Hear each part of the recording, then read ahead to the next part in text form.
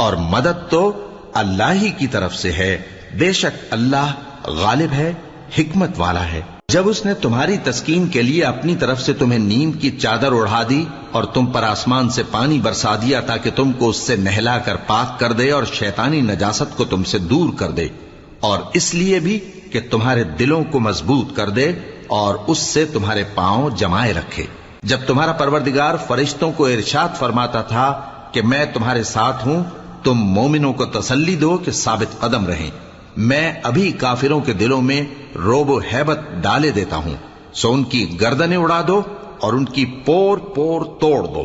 ये सजा इसलिए दी गई कि उन्होंने अल्लाह और उसके रसूल की मुखालिफत की, और जो शख्स अल्लाह और उसके रसूल की मुखालफत करता है तो अल्लाह भी सख्त अजाब देने वाला है। ये मजा तो यहां चखो और ये समझ लो कि काफिरों के लिए आखिरत में दोज़ख का अजाब भी तैयार है।